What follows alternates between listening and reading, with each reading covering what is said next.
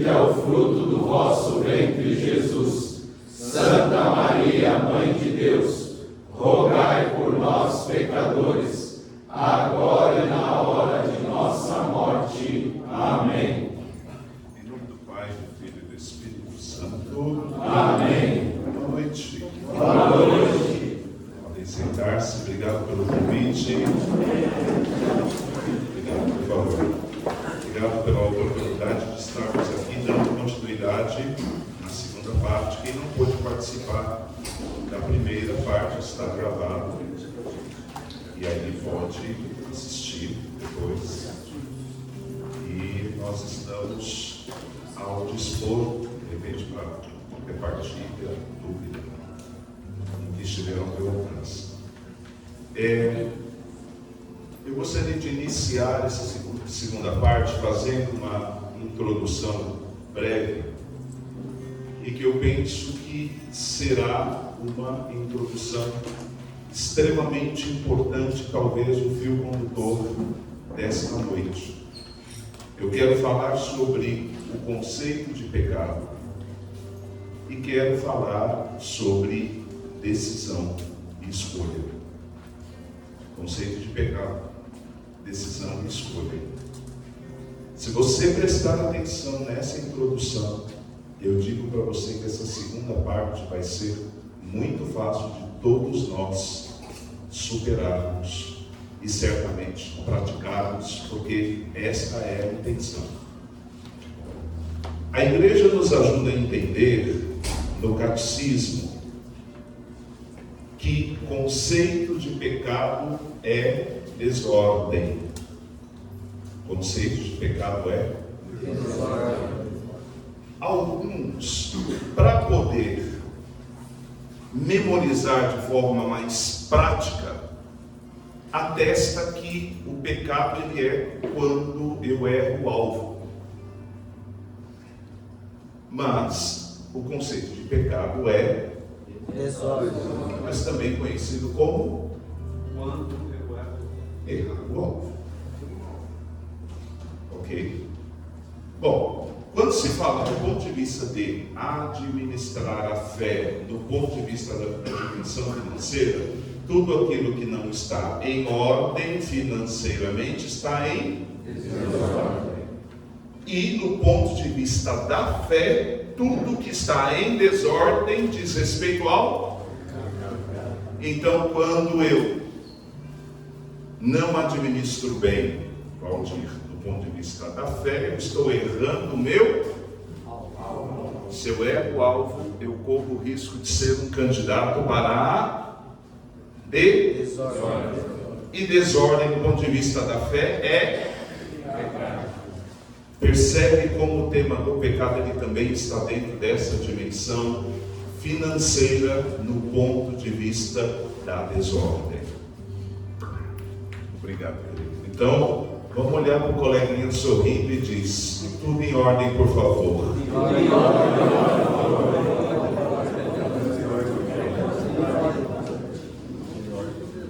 Talvez você possa pensar assim, mas não é tão fácil. Gente, humanamente falando, não é tão fácil mesmo. Mas na primeira parte, e aí assistam a primeira parte, vamos recordar quem estava aqui. A primeira parte nós começamos com o Salmo 24, capítulo 24, versículo 10. Afirmando, o Salmo vai afirmar que Deus é o dono de tudo. Se Ele é o dono de tudo e nós somos administradores. Se nós somos os administradores, então Ele nos dá a graça. Tudo que se trata de Deus, por primeiro nós temos a graça. Tudo que se trata de Deus, por primeiro nós temos a graça. Vai. Tudo que se trata de Deus, por primeiro nós temos a graça. Se por primeiro nós temos a graça, ganhei uma graça agora para não derrubar a capelinha. Se em tudo nós temos a graça, por mais difícil e exigente que seja para a nossa humanidade, nós teremos a graça de Deus para superar. Gente, qualquer dificuldade, em tudo por primeiro a graça. Haja visto Lucas capítulo 1, versículo 37, porque a Deus nenhuma coisa é impossível. Sabe qual é o nosso problema?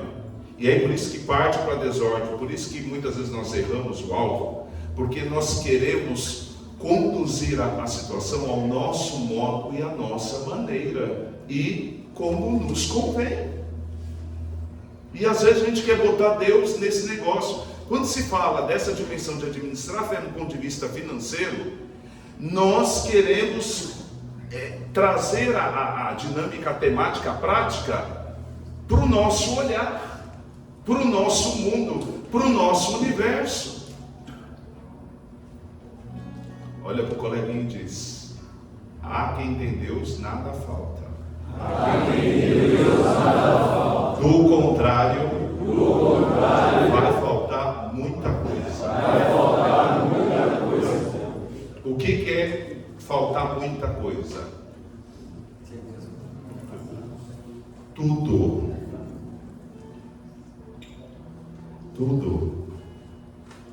Nada te perturbes, nada te amedrontes, tudo passa, a paciência tudo alcança. A quem tem Deus nada falta, só Deus basta. A quem tem Deus, o quê? Nada falta, só Deus basta. Então eu disse que a primeira parte da introdução ia falar do conceito de pecado, e a segunda parte da introdução ia falar de decisão. Decisão é amor. Quem ama decide. Amar é decisão.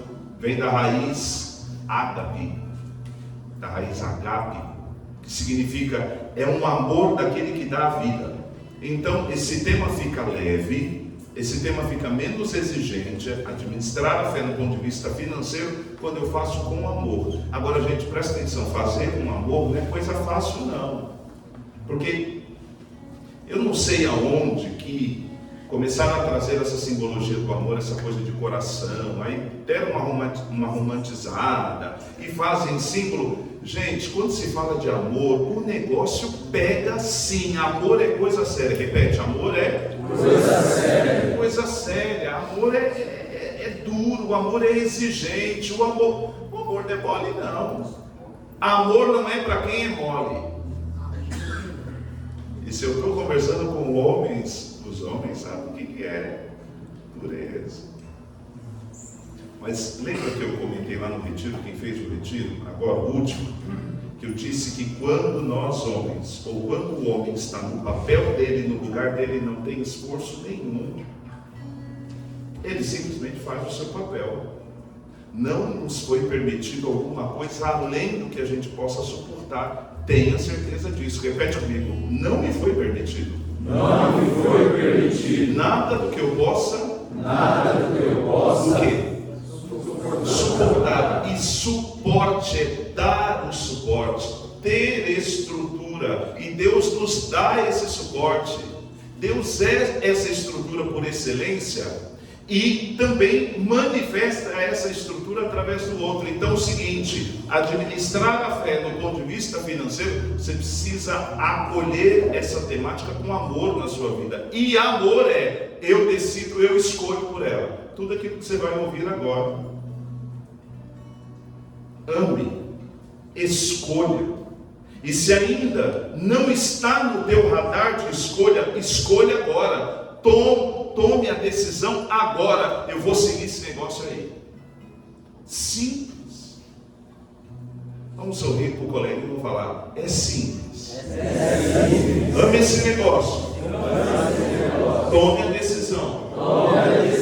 Porque do contrário, qual é o risco que a gente corre? De desordem. A raiz do problema é uma batalha no interior do homem. Porque na primeira parte nós falamos sobre a importância do coração. Tudo começa no coração. Então, qual é a raiz do problema?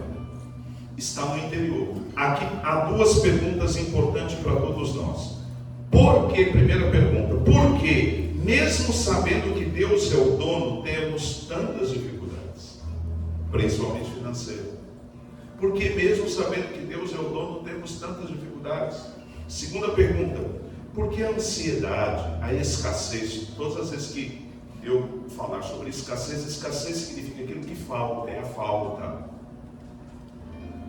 A abundância é aquilo que... Por que a ansiedade, a escassez, ou até mesmo o auto-boicote? Por que a ansiedade, a escassez, ou um auto-boicote quando a abundância vem? Quando a abundância vem, tem uma espécie de auto-boicote. Quando tem escassez, gera ansiedade. Quando é que eu vou ter? Ou nunca vou ter? Parece que é um treco que está sempre na frente, está sempre na frente, está sempre na frente. Gente, eu atendo gente, vocês sabem disso, já falei para vocês há 36 anos, eu ouço pessoas. Já ouvi muitas histórias. E eu me recordo de repetidas histórias, na primeira pessoa, eu, tu, ele, vós, eles. Primeira pessoa. William, por que a minha vida não vai para frente? Nunca tenho dinheiro, nunca dá certo, estou sempre endividado, estou sempre travado. Ixi, eu acho que este atendimento é o campeão. Por que só comigo? São duas perguntas. Resposta. Primeira, muitas vezes não é sobre dinheiro. Quando você fica parado na dimensão financeira, veja, o que move uma pergunta,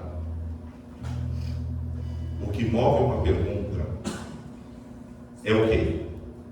É a resposta, óbvio.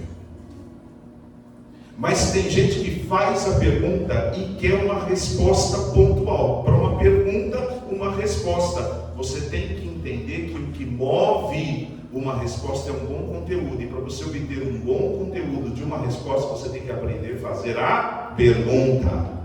Então, o que move uma boa resposta é você mudar a pergunta. Cutuca o coleguinha e diz: o segredo está na pergunta. O segredo está na pergunta. Em toda boa pergunta. Toda boa pergunta tem que ser na via da possibilidade. Tem que ser na via da possibilidade. Não tem problema você questionar, mas você tem que fazer um questionamento possível. Olha que interessante. O que eu vou te explicar agora tem evidência científica. A ciência diz que quando você faz uma pergunta de questionamento deslocada, sei lá, qualquer porquê. Vamos pegar exemplo, horário do almoço, você vai questionar, mas por que eu não posso comer doce? Por que você não pode comer doce primeiro, no horário do almoço?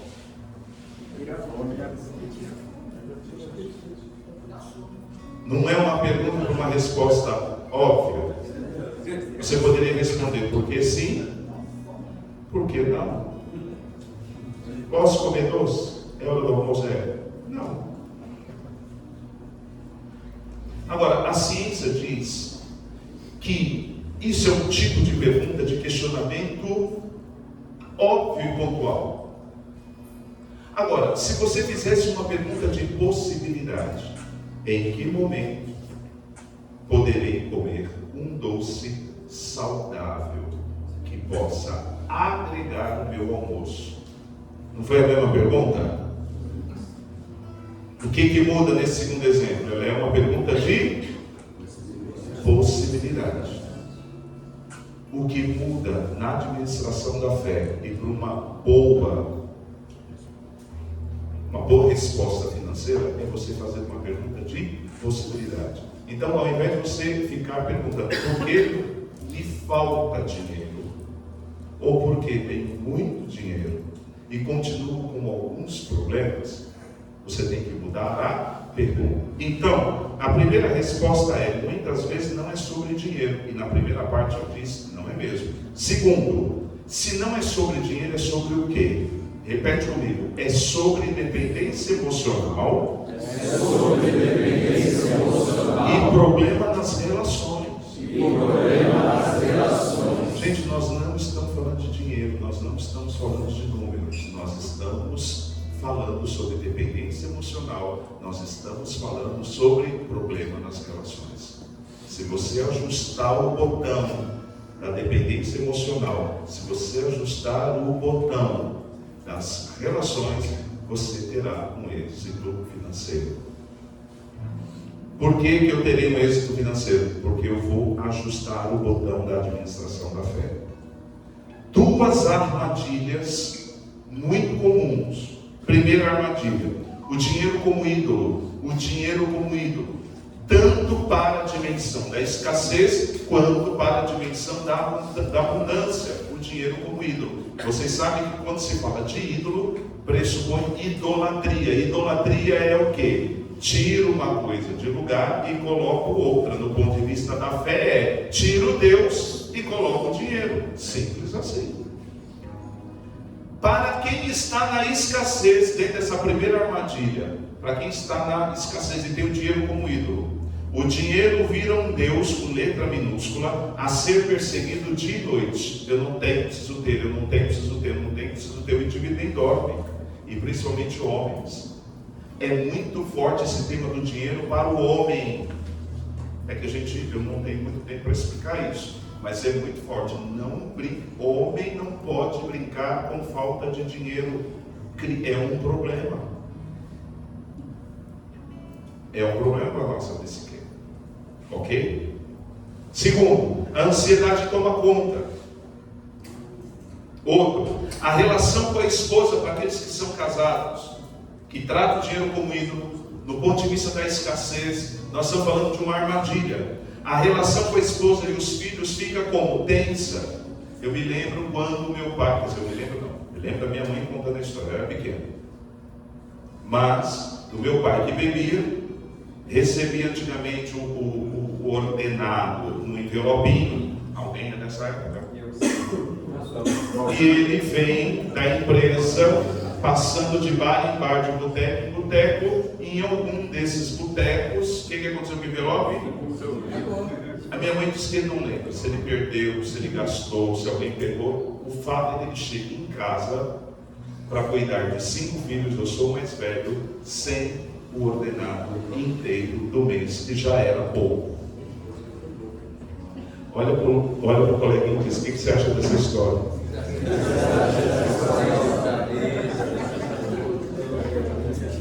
O que aconteceu com a esposa e com os filhos? Houve uma tensão na minha casa. Tensão. Gente, uma família que dependia daquilo.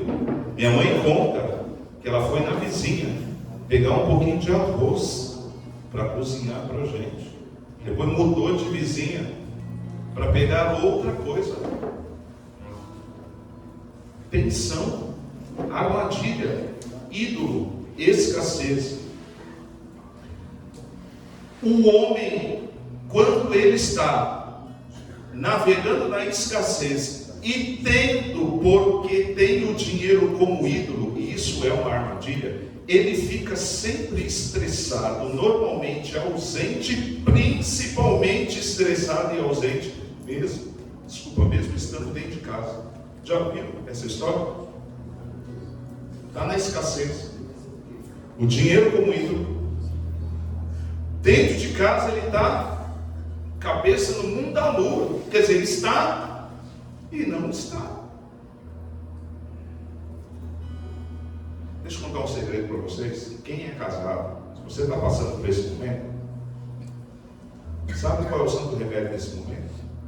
A gente reza para que a esposa seja de Deus. Uma mulher nesse momento, ela consegue ajudar o esposo. Só abrir um recorte aqui. É o que a Bíblia chama de a mulher virtuosa.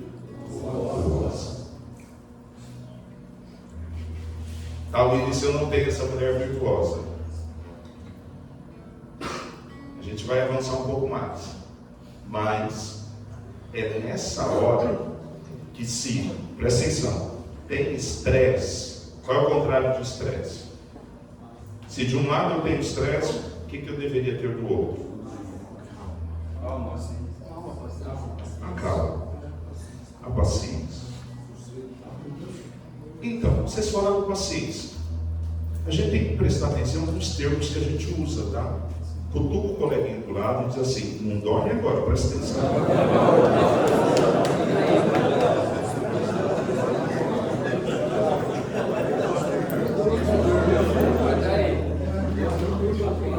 Sabe o que é a raiz etimológica do termo paciência? Você usa muito esse termo, paciência? Não. Ouve muito. Seja mais paciente. Você fala ou você ouve muito? A gente ouve, mas você ouve. Muito bem. A paciência, ela é a soma de duas palavras. É o encontro de duas palavras. Paciência significa sofrimento, conhecimento. Juntando as duas raízes etimológicas, dá a palavra paciência. Repete, primeira palavra. Paciência é a junção de sofrimento e conhecimento. Sofrimento e conhecimento. Então, todas as vezes que você fala para alguém, seja paciente, ou eu preciso ser paciente, presta atenção. Você falou de paciência, pressupõe sofrimento e conhecimento. E tem gente que não gosta de sofrimento porque não sabe o que é. Quando eu desconheço o que é, dá ruim.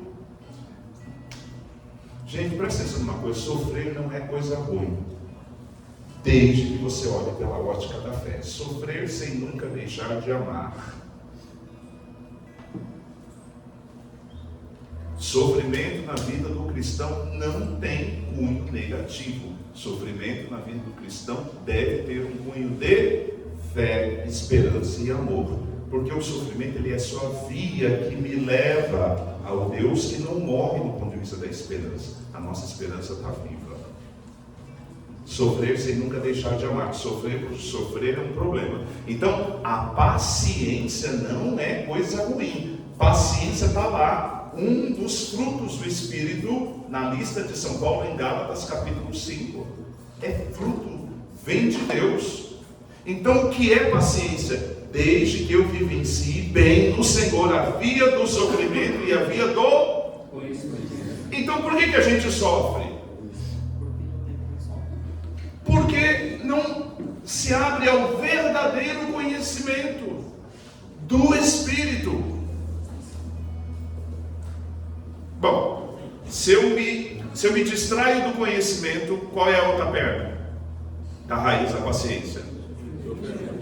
Aí eu vou sofrer de qualquer jeito. Repete comigo: é fácil esse tema. É super possível.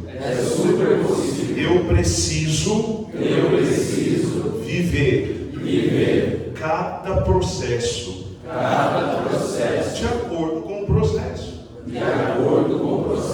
O nosso problema é que a gente quer pular a etapa ou viver de qualquer jeito. Amém? Amém.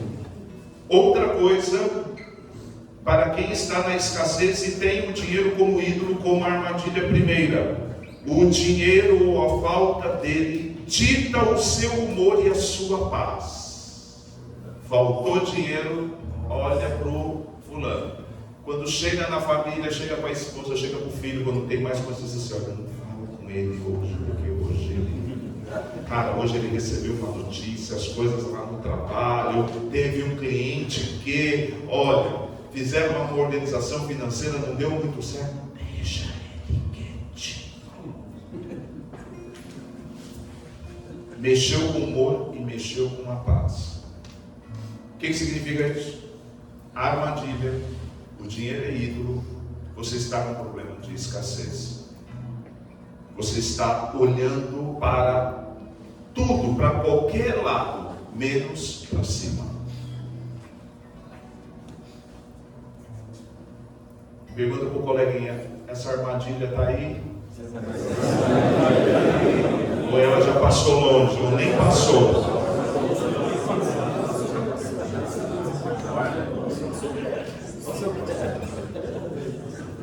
Todos esses pontos que eu disse para você agora caracteriza dependência emocional e escassez. Muito bem. E para quem está na abundância? Dentro dessa armadilha, o dinheiro como ídolo. O perigo é o mesmo, só que está disfarçado. Cuidado, porque tem a armadilha do dinheiro que é ídolo para quem está na abundância, com disfarce. O dinheiro vira um Deus à segurança. O cara anda tranquilo. Anda tranquilo, gente. Vai de um lado para o outro, tranquilo. O que é a tranquilidade dele? Ter dinheiro. Qual é a segurança dele? Ter dinheiro. Alguém deu na semana passada o exemplo lá da doação de R$1 e a Ferrari. Está seguro. Por quê? Porque tem dinheiro. Tem dinheiro. Eu já visitei uma família uma vez no Morumbi. Bom, não posso dar muito detalhe. Semana passada eu fiquei pensando, eu dei tanto detalhe na situação. Eu falei, gente, se a pessoa pega essa gravação, vai dizer, mas sou eu. Bem, não falei o nome e tal, mas eu nem sei assim.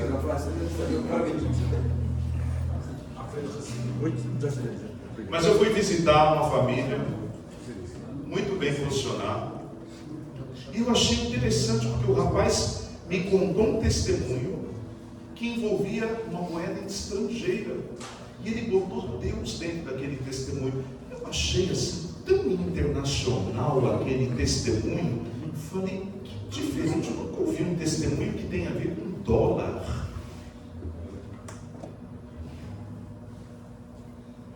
Quem sou eu para questionar a fé de alguém? Mas hoje, um pouco mais de experiência, me parece que sim. Então, de novo, eu não desacredito que a pessoa não tem uma experiência com Deus. Mas me parece que aquela história gerou mais do ponto de vista de uma segurança do que outra coisa. Outro ponto. Alguém que confia na conta bancária e não na providência. A pessoa até ouve, não, eu acredito que Deus vai prover. Deus provê, Deus proverá. Mas é uma pessoa que pensa assim, não, eu entendo que providência divina é, fiz uma venda, fiz um negócio e o camarada pagou pontualmente, está na minha conta corrente, ok, isso é providência. É meio que um pé na capacidade dele e um outro pezinho é aquele indivíduo que diz assim, Deus, você me dá a força que eu trabalho. Lógico que é assim, mas para ele não é tão assim, é mais depende dele do que dele. É o indivíduo que diz assim, tudo que ele tinha que dar ele já deu, então agora é só comigo. Só que aqui tem um risco. Você começa a, de fato, pressupor que esta segurança do dinheiro, ela vem unicamente da sua capacidade. Se não é você, não tem dinheiro. Como você tem dinheiro, e muito dinheiro, então está seguro. Agora, cuidado, que aqui, ó, o colega diz assim, não dorme agora. Não dorme agora.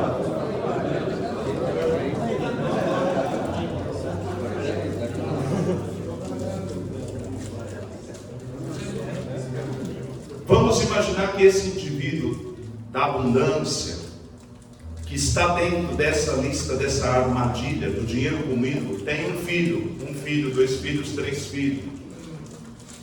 Gente, aqui tem um risco. Se ele tem o dinheiro como segurança, pensa que tipo de educação ele vai transmitir ao seu filho ou à sua filha. Ninguém dá o que não tem, sim ou não? Sim. Se ele está seguro no dinheiro, o que ele vai educar? O dinheiro traz segurança.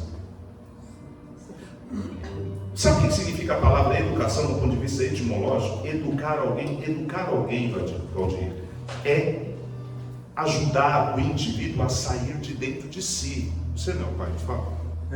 Então, a educação aqui do Fábio, é como se você entrasse dentro dele e puxasse a essência dele para fora.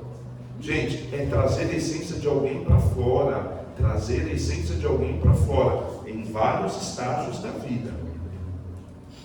Se você está preso na abundância e tem o dinheiro como seu ídolo, primeiro risco aqui de fazer com que os seus filhos, ao invés de estarem seguros financeiramente, passam a ficar o quê? Inseguros. Também dependente, mas emocionalmente e do ponto de vista das relações. Como eu gostaria de ter mais tempo para... Eu tenho que ser mais direto. Inseguro. Você pode criar o risco de criar um indivíduo que vai se meter a rolo com outras pessoas. Você pode criar o risco de criar um indivíduo extremamente mesquinho. Você pode criar o risco de criar um indivíduo extremamente autossuficiente e egoísta, sem perceber. Porque é um camarada que vai dizendo, vai fazendo, mas nem olha para trás, porque com o meu e comigo você não vai contar. Corre o risco deste mesmo educador guardar as suas essências, o seu mapa do tesouro, e poder te dar falsas dicas. Porque no fundo, ele não quer que um filho ou uma filha cresça financeiramente como supostamente ele. Vai que o meu filho cresce e ganhe mais dinheiro mais do que a mim. Bom, qual é o final dessa história que eu estou aqui criando, inventando na minha cabeça? Qual é o final? Eu já sei qual é o final, porque eu já atendi pessoas, famílias. Sabe qual é o final? O final chama-se herança, inventário, testamento. Então, aí o resto é com vocês. O resto é com vocês. Cuidado. Acha que é autossuficiente, e a relação com Deus e com a família pode esfriar. Por quê? O Deus com letra maiúscula da conta corrente parece estar suprindo tudo. Deixa eu dar um exemplo bem bacana que a gente gosta. Imagine o carro de uma pessoa que está na abundância. Fulano, posso usar seu carro? Claro que não. Fulano, nós vamos fazer um retiro não sei aonde. Ah, é? Eu posso ir no seu carro? Mano, vai no seu carro, tira o seu carro da garagem. O abundante diz assim: quem vai pagar a gasolina vai dividir? Não, mas não vai ter piedade. Aí a gente começa a dar um monte de apelido pro irmão. Gente, o que eu fico, Fábio, indignado, são os apelidos que a gente vai dando para os irmãos, mas não tem uma criatura que chame esse irmão na parte e diz assim: vamos conversar. Fulano, talvez você não esteja percebendo. Sabe por que está todo mundo chamando de tio Patinhas? Você que canta parabéns de mão fechada. E esse aqui a gente não pode contar. E vê, já vai reclamar. Ih, rapaz, nossa, me aconteceu. Eu estou com medo de enfiar a mão no bolso. E aí começa aquelas brincadeiras assim: tem o que aí no bolso? Não, isso aí tem prego no bolso. Gente, e aí a gente viaja. Ou seja, vai criando um relacionamento frio. Deixa eu te falar uma coisa. Ai, se eu tivesse mais tempo. Gente, uma vez eu convidei um jovem para ir numa missão comigo, uns anos atrás. Irmão, eu vou pregar num lugar, vamos comigo. Ele foi. Cara, que bênção. Nossa, que legal. Puxa, teve jovens assim como vocês. Nossa, eles deram comida para a gente. Eu fiquei achando estranho aqueles comentários, mas tudo bem, né? Porque jovenzinho mesmo, nossa, deram comida pra gente, puxa que bacana, William, andar no seu carro, tal, como assim, ele foi destacando assim, elementos materiais. Por final, aí que eu entendi, ele olhou para mim e falou assim: cara, fiquei o dia inteiro, passei um dia bacana e não gastei nada.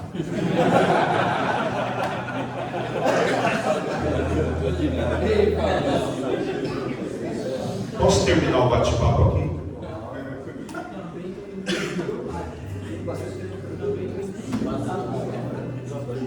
Vamos fazer o sinal da cruz? Que Deus nos defenda a gente.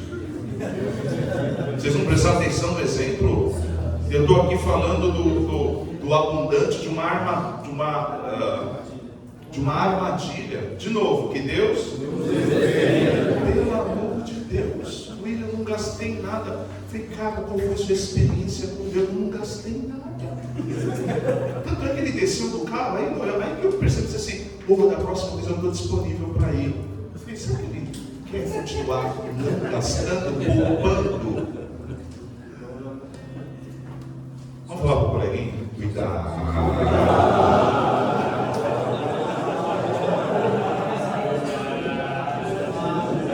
Bom, falando sobre o ídolo, vamos falar sobre a segunda armadilha. Se a primeira armadilha é o dinheiro como ídolo, a segunda armadilha é uma tal de culpa católica ou auto-boicote. É achar que a pobreza é virtude e riqueza é pecado. Agora está falando com a gente. Não posso ser rico. Rico dentro da fé, dentro da igreja, é um pecado.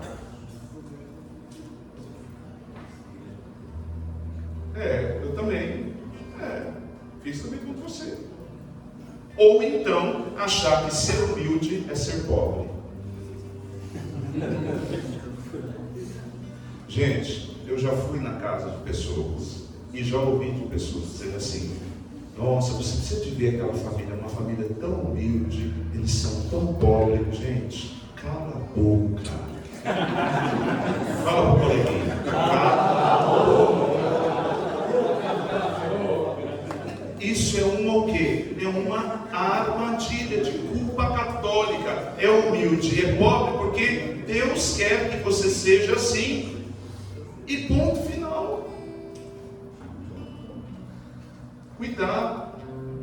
O correto é ser humilde, é ser dependente de Deus, seja na pobreza ou seja na riqueza. Simples assim. Portanto, a armadilha com sentimento de culpa gera autossabotagem e surgem pensamentos desordenados. E se os pensamentos forem desordenados, isso é pecado.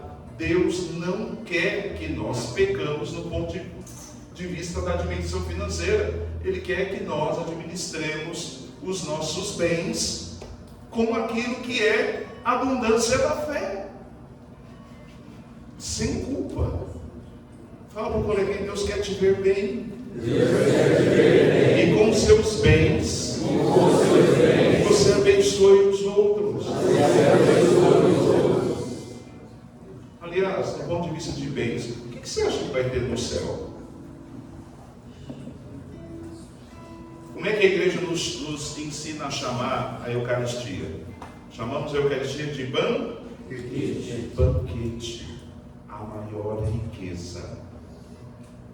Tudo o que o indivíduo precisa. É tão verdade, depois vocês pesquisem na internet a história da Lola, L-O-L-O-L-A, Lola, uma mineira, 64 anos, comungando só a Eucaristia e não dormia. 64 anos, só a Eucaristia. Não tinha necessidade de arroz, feijão, de carne e salada. Só a Eucaristia e não dormia. Não dormia. A única vez que ela dormiu foi uma vez que ela passou mal supostamente. Vejam na história. Deu uma desacordada. Acharam que ela ia dormir, mas ali foi um sinal de Deus que a levou para uma experiência de êxtase. E quando ela voltou, ela disse assim: quero ir agora. Você imagina, ela ficou ainda no El tantos anos, Diego, você que adora essas histórias, ó. Você comprou a tua fé. Está vivo ainda? Não, morreu. Ela falou me levar. Morreu. A única vez que. Até os 22 anos de idade ela tinha vida normal. Comia, dormia e tal. Aí teve um acidente. Ficou tetraplégica. Ficou na cama. A partir dali ela começa a ter uma experiência de Deus, uma experiência de Deus, uma experiência de Deus, e foi diminuindo comida. Não sentia mais necessidade. Só queria o banquete eucarístico. Aí o bispo autorizou uma capela no quarto dela, o padre ia celebrar a missa todos os dias, e essa mulher tinha sensibilidade mística de Deus. Por que eu estou trazendo a Lola? Porque é um bom exemplo para o tema de administração da fé. Do que a gente precisa? Se eu pensar a administração da fé na dimensão financeira, trazendo a história da Lola, a mulher mais rica da face da terra. A quem tem Deus nada falta. Gente, é ali que nós estamos caminhando, é ali. Se você está seguindo essa estrada para onde a Lola está trilhando, então você está certo. A sua administração está perfeita. Pesquise na internet, ok? Portanto, a armadilha com sentimento de culpa gera autossabotagem e surgem pensamentos desordenados. Por exemplo, pensamentos como você não é digno. Olha só fulano, que é mais fiel, passando necessidade. Aí você começa com comparação. 3 categorias são terríveis para esse tema: culpa, julgamento, comparação. Culpa, julgamento, comparação. Vai. Culpa, julgamento e comparação. Outro pensamento desordenado. Quem você pensa que é? Para ter ou não ter? E aí vem a sabotagem. Surge tipo um gasto impulsivo. Quanto menos tem, menos tem. Quanto menos tem, menos tem. Quanto menos tem, menos tem. A sabotagem. Uma decisão errada. Gente, é aqui que começa uma coisa que eu não tenho tempo de aprofundar. Olha para mim. É meio pesadinho, vou tentar falar de forma leve. Às vezes as pessoas não entendem o tipo de trabalho que tem, o local de trabalho onde está, o que ganha. Às vezes não entendem certas enfermidades ou certos acontecimentos que vêm. Por isso que quando a gente está ouvindo alguém, atendendo alguém, que eu começo a ouvir assim: justo agora eu fiquei doente, justo agora o meu trabalho, não sei o quê, parece que o meu salário não dá. E aí começa uma lista de tragédia, e parece que a pessoa quer que você entre dentro daquela lista e fale sobre.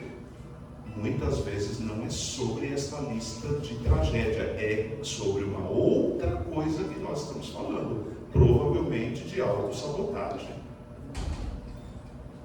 Me faça entender? Sim.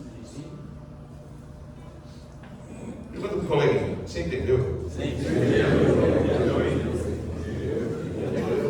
É como se você levantasse o para-raio do: se eu não tiver um problema, um conflito, um motivo para justificar a falta de dinheiro, então, por favor, eu preciso arrumar um. Me fiz entender, gente? Não tem. Cuidado. Por exemplo, problemas de saúde que geram despesas enormes. Você já está na escassez. E aí começa a acontecer uma coisa para fazer você gastar mais. É uma reflexão importante. Em resumo, é como se para aliviar a culpa de estar bem, nós criássemos uma culpa, criássemos uma espécie de cruz para carregar. É como se a sua justificativa para dizer: não, eu estou passando por isso porque é uma cruz que me foi colocada. Não, essa cruz foi você mesmo que a criou. Isso é um tipo de distorção da fé e que a gente tem que tomar cuidado. E aqui é não aceitar a bênção que Deus quer nos dar no ponto de vista de sermos administradores, que somos convidados para fazê-lo com sabedoria e generosidade. Olha para quem está do teu lado e diz: o que você está captando até agora?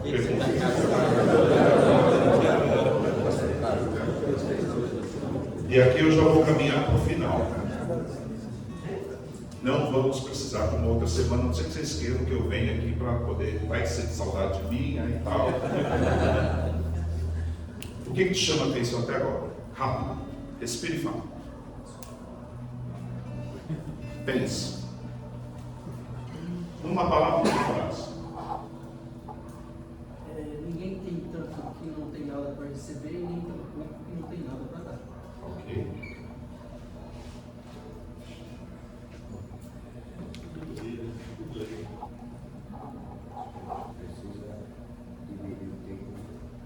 Divide o que tem com os outros. A sabedoria.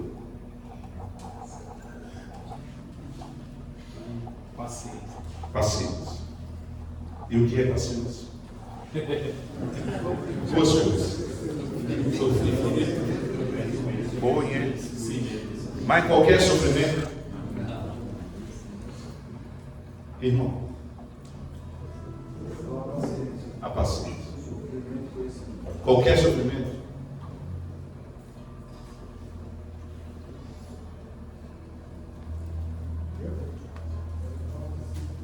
gostaram da paciência? Sabedoria.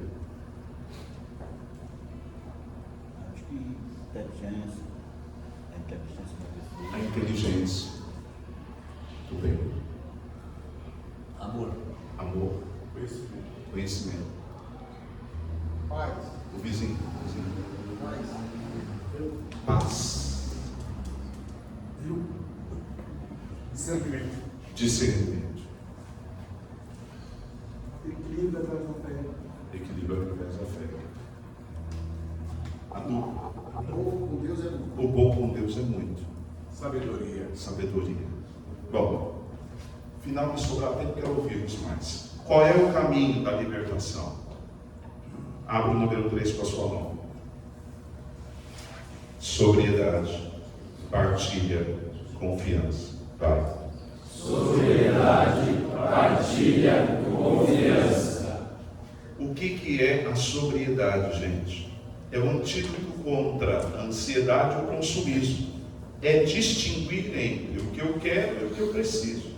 Lembra disso? O que eu quero? X. Eu preciso. Você vai dizer: o que eu quero? Eu gostaria de um carro novo.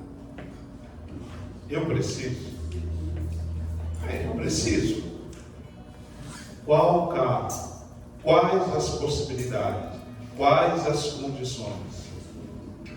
Quando este bem chegar na minha vida, vai me causar o quê?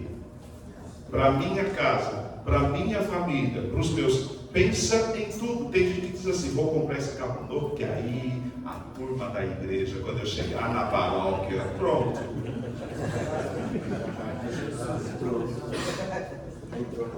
Aí mostra para os irmãos, está acabando com o padre, né? Quando volta para casa, começa a vir um sentimento, um suor frio, vai, encosta, chega na garagem, aperta o controle, entra dentro de casa, demora 5 minutos para sair dizendo: como é que eu vou pagar?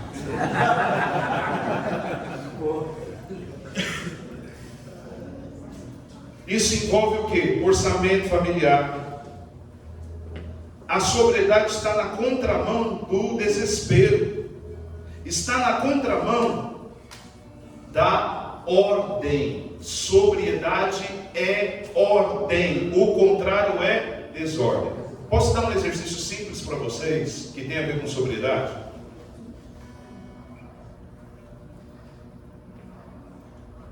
Entra dentro do seu quarto. Pensa no seu quarto e me diga como está teu quarto agora. Está em ordem? Ótimo. vai na frente do seu guarda-roupa e abre o seu guarda-roupa. Está em ordem? Ótimo. Se tem gaveta, abre as gavetas. Tem ordem? Ótimo. Olha em cima do guarda-roupa. Tem ordem? Tem caixas. Abre as caixas. Você sabe o que tem dentro da caixa? Eu tive a sensação que eu comecei a fazer a pergunta, quando vocês abriram a porta do quarto, parece que estava tudo bem para todo mundo. À medida que eu fui aprofundando as perguntas, a sensação que eu tive é que parece que ficou meio que... E se dentro das minhas perguntas a sua resposta foi: minha mulher arruma, então você é o primeiro a participar desse exercício da ordem, porque ordem, ela não pode ser transferida. Uma revista dos Estados Unidos dizem que homens, quando vão ao banheiro masculino, apenas de 100% dos que entram no banheiro, 20% lavam as mãos. Eu estou olhando para os 20%. Tá bom. Ok. Estava eu pregando um retiro, parei na beira da estrada para ir num restaurante, sabe aquele restaurante beira de estrada? Fui no banheiro. Estou lá lavando a minha mãozinha, porque lembrei da revistinha, disse quero estar nos 20%. Daqui a pouco um tiozinho passou atrás de mim. É engraçado, esse banheiro de estrada é tão longo, os box, né, assim, os pictórios são... O camarada, só porque eu estava dentro do banheiro, ele foi usar o último, gente, o banheiro estava vazio, foi lá do último. Aí ele deu uma boa assim, fez uma curva toda, e eu sou terapeuta, tem que observar essas coisas muito de gente. O cara fez uma curva assim, ainda tinha uma muretinha do lado, cara, tá tudo certo, estava bem protegido, não tinha problema algum. E a cabeça do tiozinho assim, não parava de olhar. Eu só olhava assim, fiquei pensando, tá bem guardado, tiozinho, tá bem guardado. E aí ficou, e o barulhinho, né? Daqui a pouco eu percebi, quando ele jogou a mangueirona para dentro, gente, espalhou uns pingos assim. Eu sou terapeuta, tenho que observar. Uns pingos. Aí veio o tiozinho lá de longe. Só desse jeito eu falei. Aí eu fiquei na minha, falei, eu vou ficar. Eu já tinha terminado de higienizar minha frente. Vou ficar. Tem espelhão. Eu fiquei olhando para frente, né? Tal, o tiozinho passou atrás de mim, porta de saída. Ó, já tem gente com toque aí. Já ouvi assim, pegou na maçaneta. Eu já vi homens saindo do banheiro masculino, uma dificuldade assim com o pé. Gente, o rapaz tá tentando sair, ele queria pegar a fresta da porta para abrir com o pé, para não. Mas aí você não pega na maçaneta, você encontra qualquer cara. E aí, bicho? Aí, tá tudo bem? Amigo do velhinho pronto. Olha, por isso, deixa eu dar uma dica para vocês. Essa aqui é minha bolsa, não é? Eu tenho duas coisas importantes: álcool e óleo, enxaguante bucal, porque eu vou te falar, às vezes a gente tem que ajudar os irmãos. Brincadeiras à parte. Mas, gente, isso tem a ver com ordem. Se você quer ter uma ordem dentro da dimensão da fé, se você quer ter uma ordem dentro da administração financeira, quer uma dica? Comece com pequenos exercícios de ordem. E sabe qual é o melhor exercício da ordem? A sua higiene pessoal. Gente, tem homens que não gostam de tomar banho. Sabe quem me disse isso? Quando eu prego para as mulheres. Elas dizem, William, pelo amor de Deus, vamos os homens tomar banho.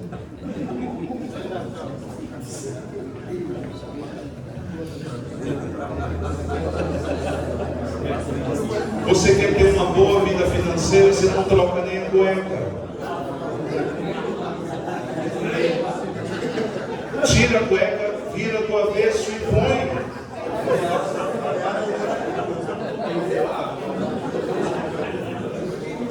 Tudo isso diz respeito à sobriedade.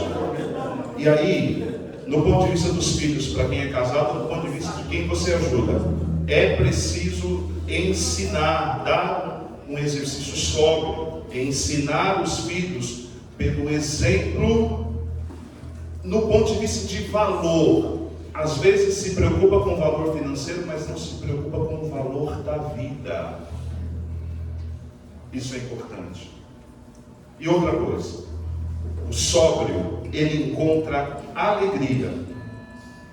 Por exemplo, o sóbrio, ele troca o lançamento de um celular pela alegria de jantar em família. Vocês têm o hábito de chegar em casa, sentar-se à mesa, convidar a família. Gostam de uma mesa posta? Sabe o que é a mesa posta? Não é aquela de qualquer jeito. É toalha, um copo, um prato bacana, guardar. Você, quando vai no restaurante, você exige isso. Às vezes você chega lá, tem um arrozinho, um feijãozinho. Ô Zé, faz o favor, passa um paninho aqui para nós.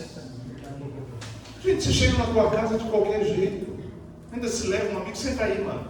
Ô velho, põe o feijão aí para nós. Ajuda, participe. William, eu não sei. Quem não sabe, amor, você me ensina.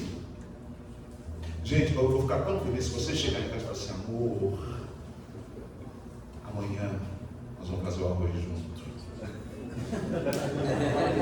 Eu sei, gente, ela vai me ligar e falar assim: William, o que você fez? Só ensina ele a fazer arroz e não questiona.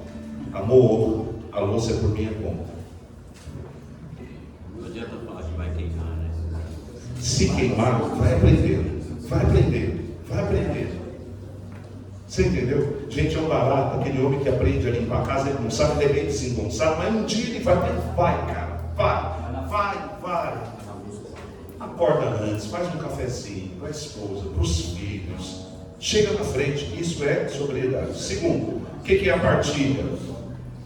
A partilha, ela é um antídoto contra a avareza e a culpa. Partilha é um antídoto contra a avareza e a culpa. A partilha nos cura, principalmente quem tem dificuldade de partilhar. Agora, vamos ajudar os irmãos, que você percebe que é assim. Porque existe aquela partilha que não é partilha, o conceito de partilha no ponto de vista da ordem. Mas existe alguns irmãos que dá até mais do que tem. Cuidado com isso. Você precisa ajudar o irmão. Irmão, você já ajudou, tem outros que não tiveram essa oportunidade. Aquele que canta parabéns com mão fechada, com amor, gente. A correção tem que ser com amor. Não fala na frente dos outros, não faz piada na frente dos outros, com aquele que não tem, com aquele que tem muito. Chama o irmão à parte. Diz: irmão, tenho percebido, tenho visto. Isso faz sentido para você? Pronto. Está certo? Quando nós ofertamos o dízimo, que normalmente na igreja católica vem sempre a menor parte. Gente, quem pode ajudar, ajuda com força, ajuda com alegria. Há mais alegria em dar do que a sua mão direita não olha o que a esquerda fez e vice-versa. Fala para o coleguinha: ajuda com força. Quando você partilha com alegria alguém necessitado, duas coisas. Você declara com as suas ações que Deus é o dono. Você devolve uma parte que é dele. Quem ajuda com força e pode ajudar com força, está devolvendo uma parte que não é tua, é uma parte que é de Deus. Gente, Deus adora estes exercícios. Deus fica assim, ó: deixa eu ver o que ele vai fazer com aquilo que eu dei para ele sobrando. Ajudou o Ilha do Eterno Day, vai para o céu.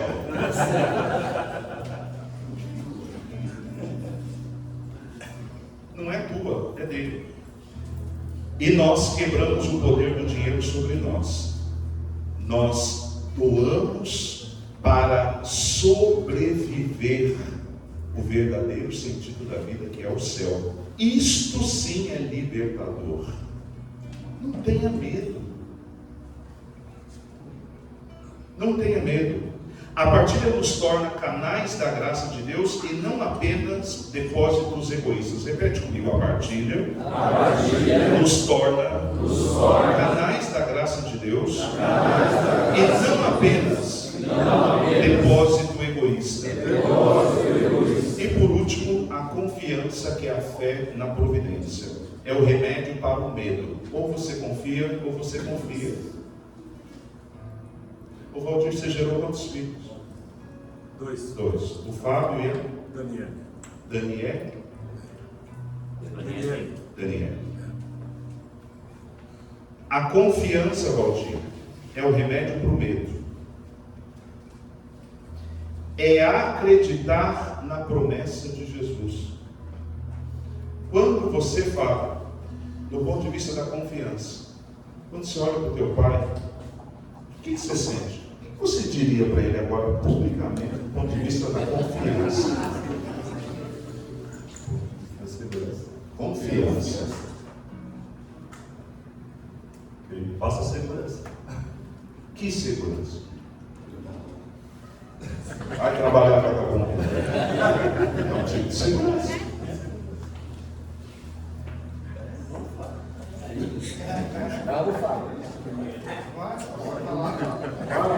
Eu vou te ajudar. Valdir, é um exemplo, mas não é para botar ninguém no fogo, é só um exemplo. Se você, quando pensa no seu pai, ou quando você vai falar do seu pai, se há uma crítica do ponto de vista da confiança, significa que você não confia. Significa que você precisa voltar e fazer o caminho novamente. Se eu penso sobre o outro e falo mal do outro para o outro, significa que esta relação, ou este aqui, seja o pai, seja um amigo, seja alguém, é uma relação que ela está não bem construída. Então você precisa não dar trela ao pensamento desordenado, não fale mal, volta para reconstruir. Se nós estamos falando do ponto de vista da confiança, do ponto de vista material, é um excelente exercício. Como é que eu penso do outro materialmente falando? Materialmente falando, o outro confia ou não em mim? E eu confio ou não no outro? Quando começa assim, porque o meu pai, não sei o que, tem lá as coisas dele, meu, cara, ele está pensando o quê, entendeu? Sempre foi assim, desde pequeno, sempre foi assim. Gente, é o que eu mais escuto lá nos meus atendimentos.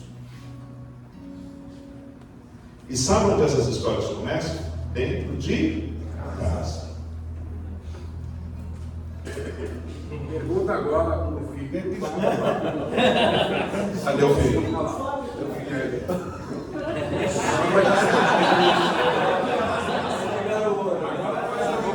O óculos ficou vermelho. É Mateus? Você confia no vovô? Então tá vendo que foi, eu confio. Quem fez o melhor exercício? O vovô ou a mãe? Não responde. Vamos aproveitar esse microfone para você fazer uma declaração de amor para o seu pai. Talvez uma coisa que você nunca falou. Uma declaração de amor. O exercício ficou fácil. Eu disse que no exercício mais difícil eu te dei um exercício mais fácil. O que você diria para o teu pai? Você nunca disse ou repetiu que você já disse? Agradeceria por tudo que ele já fez pra mim, tudo de bom. É isso. E pro vovô? Mesma coisa. É mesmo? Coisa boa, não tem palmas?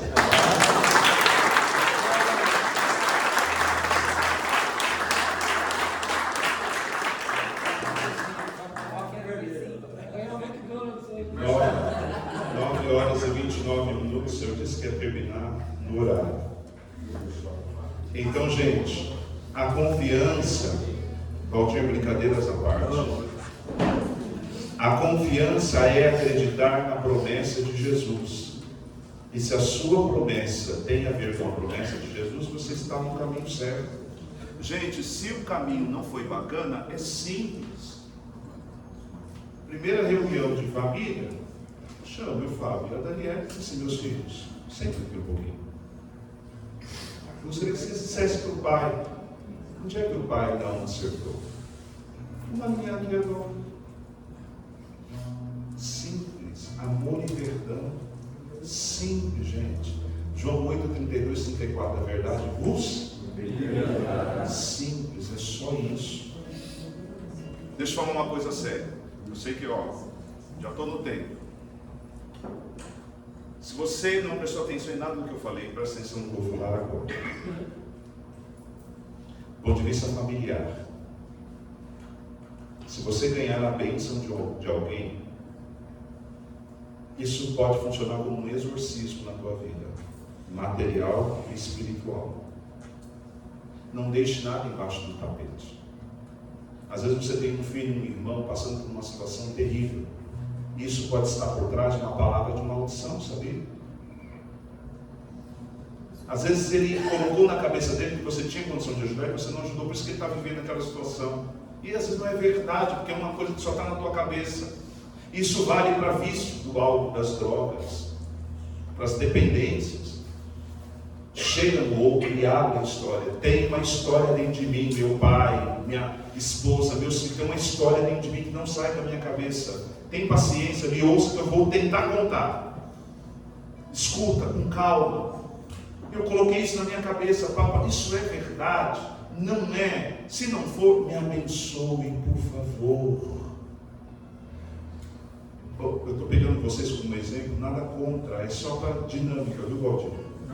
Valdir, se você pegar o teu filho, ele é o primeiro ou ele é o caçula? Primeiro. Se você pegar o teu filho com a tua mão, essa mãozinha e dizer assim: filho, o pai quer estender a mão sobre você, o pai quer desejar toda a bênção. Isso é quarto mandamento de Deus. Sabe o que Deus vai fazer? Vai unir o céu e a terra.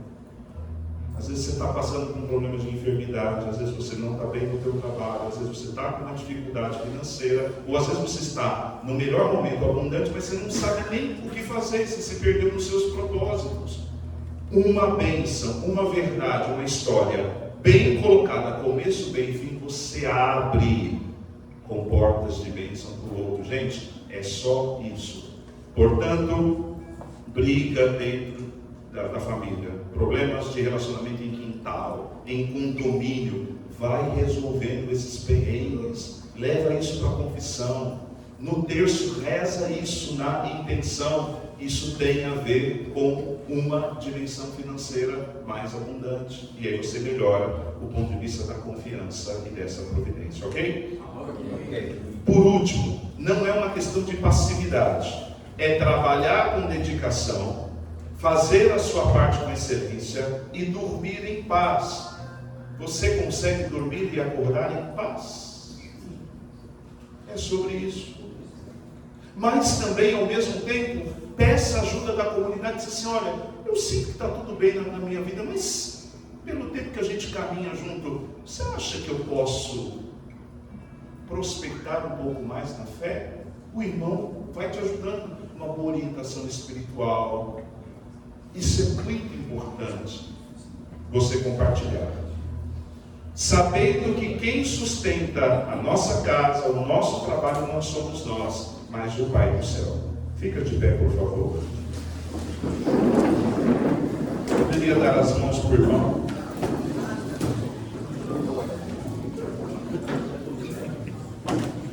Olha para o irmão e diz: o Cristo fala no nosso coração. Cristo fala no nosso coração. Administre com sabedoria. Administre com sabedoria. Compartilhe com amor. Compartilhe com amor. E confia. E confia no Cristo. no Cristo. De novo, administre com sabedoria. Administra com sabedoria. Compartilhe com amor. Compartilhe com amor. Confie no Senhor. Confie no Senhor. De mãos dadas, feche um pouquinho os teus olhos. Respire fundo. Vai agradecendo no teu coração tudo aquilo que Deus confiou a você. O Senhor confiou um legado. Vai dizendo para Ele: obrigado, Senhor. Os mais jovens, vai agradecendo tudo aquilo que Deus está colocando na caminhada de vocês. Para os mais jovens, tem coisa que ainda será. É um ensinamento novo. E Deus colocou os jovens na vida de vocês, um pai, uma mãe, um responsável, um orientador espiritual. Abra o seu coração e peça ao Senhor sabedoria. Para você que é pai, peça ao Senhor a graça de querer deixar para os seus filhos um legado de honestidade, de sabedoria, de compartilhar com alegria, de confiança em Deus em qualquer circunstância. De confiança em Deus em qualquer circunstância. Respira fundo. Fecha teus olhos. Lembra agora da sua história, do teu pai, da tua mãe, da casa onde você morou. E libera amor e perdão. Traga Jesus para este momento. O nosso Deus é aquele que não impõe. Nosso Deus é aquele que convida. O nosso Deus é o Deus que age com misericórdia, mas também é um Pai amoroso que corrige e que oferece para nós um exercício de ordem. Libera perdão a quem você precisa perdoar. Libera a bênção a quem você precisa abençoar. Peça ao Senhor a graça da sabedoria. Dai-me sabedoria para administrar aquilo que o Senhor me confiou. E perdoa-me, Senhor, pelas minhas faltas. Toda mentira, todo ato, Senhor, impróprio, praticado, toda vez que eu não administrei bem. O Senhor me deu um talento e eu desprezei os talentos. Perdoa-me, Senhor. Dá-me a graça de uma administração sadia. Dá-me a graça, Senhor, de uma administração cheia de fé, orante, que eu ore mais, que eu escute mais, principalmente a Ti, que eu escute palavras de sabedoria, que eu me perdoe, Senhor, com Teu perdão e que eu libere o perdão, o Seu perdão, ao próximo. Retira-me, Senhor, de toda situação emocional e de relacionamento hoje, do ponto de vista da escassez. Senhor Jesus, se hoje irmãos estão vivendo uma situação de dificuldade, por causa de uma história mal curada, por causa de um relacionamento de dificuldade nos relacionamentos, Senhor, derrama a Tua cura interior, cura o coração. Conceda, Senhor, o caminho, mostra, Deus, mostra, Senhor, qual é o caminho de cura, de libertação, de restauração. Coloca, Senhor, no coração dos meus irmãos alegria e paz, confiança em Ti, partilha. Coloca, Senhor, no coração dos meus irmãos, ó Deus, tudo aquilo, Senhor, que é amor, o Teu amor.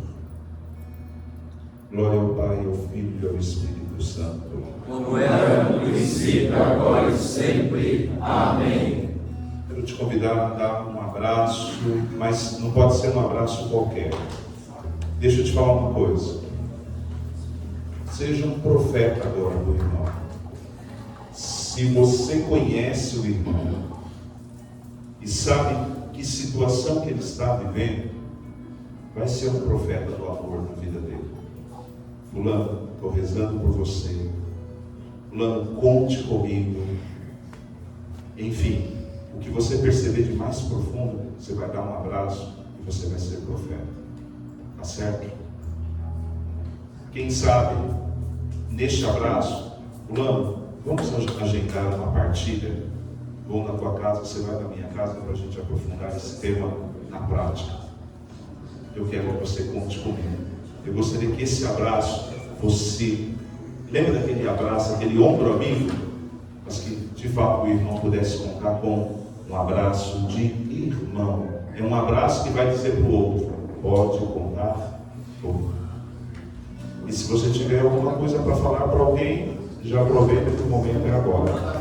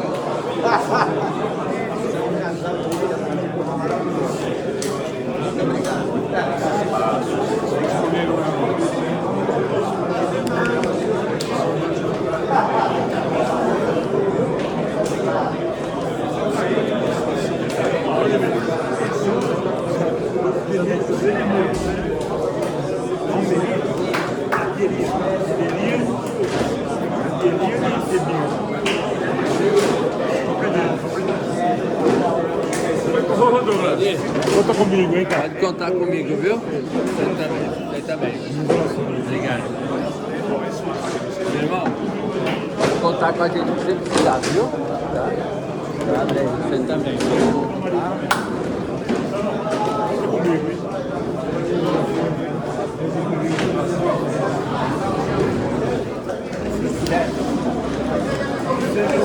Miguel, dá um abraço, Miguel. Vamos sua família, viu?